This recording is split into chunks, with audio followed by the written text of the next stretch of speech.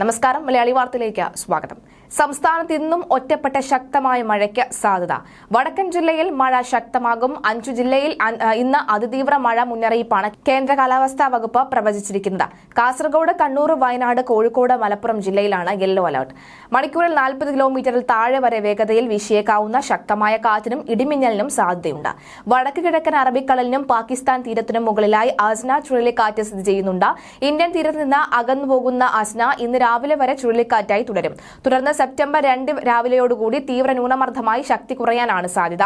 വടക്കൻ ആന്ധ്രാപ്രദേശിനും തെക്കൻ ഒഡീഷ തീരത്തിലും സമീപം മധ്യ പടിഞ്ഞാറൻ ബംഗാൾ ഉൾക്കടലിനും വടക്ക് പടിഞ്ഞാറൻ ബംഗാൾ ഉൾക്കടലിനും മുകളിലായി തീവ്ര ന്യൂനമർദ്ദം സ്ഥിതി ചെയ്യുന്നുണ്ട്. കേരള തീരം മുതൽ തെക്കൻ ഗുജറാത്ത് തീരം വരെ ന്യൂനമർദ്ദ പാത്തി ദുർബലമായി. ഇതിന്റെ ഫലമായി കേരളത്തിന്റെ അടുത്ത 7 ദിവസം വ്യാപകമായും നേരിയ ഇടത്തരം മഴയ്ക്ക് സാധ്യതയുണ്ട്. സെപ്റ്റംബർ 4 വരെ ഒറ്റപ്പെട്ട സ്ഥലങ്ങളിൽ ശക്തമായ മഴയ്ക്കും സാധ്യത എന്ന് കേന്ദ്ര കാലാവസ്ഥാ വകുപ്പ് അറിയിക്കുന്നുണ്ട്.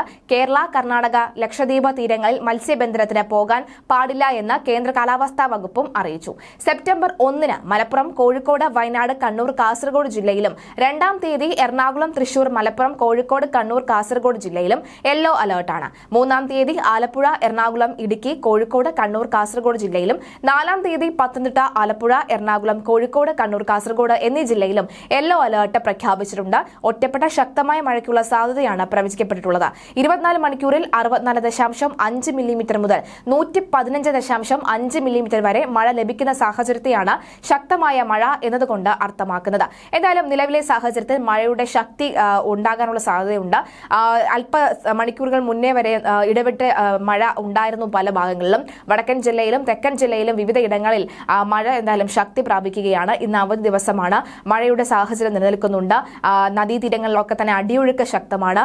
അതുപോലെ തന്നെ കടലാക്രമണ സാധ്യതയൊക്കെ തന്നെ നിലനിൽക്കുന്ന ഒരു സാഹചര്യമുണ്ട്. എന്തായാലും കടലിലേക്കും നദീതീരങ്ങളിലേക്കും ഒക്കെ തന്നെ യാത്ര പോകുന്നത് ഒഴിവാക്കേണ്ട ഒരു സാഹചര്യമുണ്ട്. മുന്നറിയിപ്പുകൾ എടുക്കുക. മലയോര മേഖലയിൽ താമസിക്കുന്നവർക്കും ജാഗ്രത നിർദ്ദേശം നൽകിയിട്ടുണ്ട്.